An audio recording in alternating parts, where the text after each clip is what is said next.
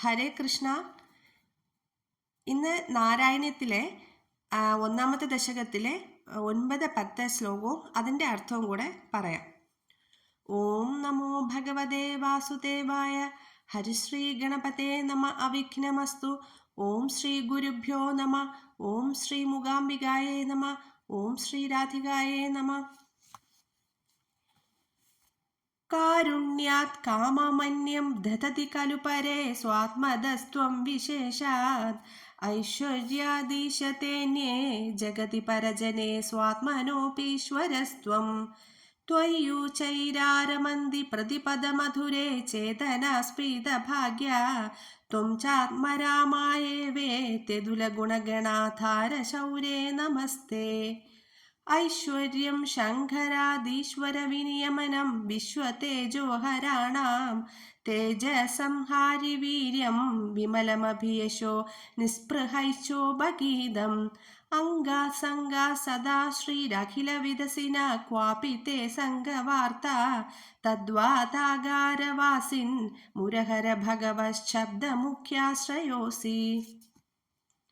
അപ്പോൾ ഇതിൻ്റെ അർത്ഥം എന്ന് പറയുന്നത് 9-ാമത്തെ ശ്ലോകത്തിൻ്റെ അർത്ഥം കാരുണ്യാത് കാമമന്യം ദദതി ഖലു പരേ സ്വാത്മദസ്ത്വം വിശേഷാത് ഐശ്വര്യാദീശതേന്യേ ജഗതി പരജനേ സ്വാത്മനോപീശ്വരസ്ത്വം ത്വയ്യുചൈരാരമന്തി പ്രതിപദമധുരേ ചേതനാസ്ഫീതഭാഗ്യ ത്വം ചാത്മരാമായേവേത്യതുലഗുണഗണാധാരശൗരേ നമസ്തേ. ഇതിൻ്റെ അർത്ഥം ഭഗവാൻ ഗുരുവായൂരപ്പൻ മറ്റ് ദേവന്മാരെക്കാളും ശ്രേഷ്ഠനാണെന്നാണ് ഭട്ടതിരിപ്പാട് ഈ ശ്ലോകത്തിലൂടെ പറയുന്നത്. മറ്റ് ദേവന്മാരൊക്കെ കുറച്ചൊക്കെ നമ്മുടെ ആഗ്രഹങ്ങളൊക്കെ സാധിച്ചു തരുന്നുണ്ട്. അതായത് മോക്ഷം ഒഴികെയുള്ള എന്താഗ്രഹവും മറ്റ് ദേവന്മാരൊക്കെ സാധിച്ചു തരുന്നുണ്ട്. എന്നാൽ ഗുരുവായൂരപ്പൻ എങ്ങനെയാണ്? അദ്ദേഹത്തിൻ്റെ ആത്മാവിനെ തന്നെ ഭക്തർക്ക് നൽകുന്നു. ഗുരുവായൂരപ്പൻ ആത്മാരാമനാണെന്നാണ് ഭട്ടതിരിപ്പാട് ഇവിടെ പറയുന്നത്. എല്ലാവരുടെയും ആത്മാവായിരിക്കുന്നതും സാക്ഷാൽ ഗുരുവായൂരപ്പനാണ്. ഈ പ്രപഞ്ചത്തിൻ്റെ മുഴുവൻ ഈശ്വരനും അങ്ങ് തന്നെയാണെന്നാണ് ഭട്ടതിരിപ്പാട് ഇവിടെ ഈ ശ്ലോകത്തിലൂടെ പറയുന്നത്. അടുത്ത് 10-ാമത്തെ ശ്ലോകം.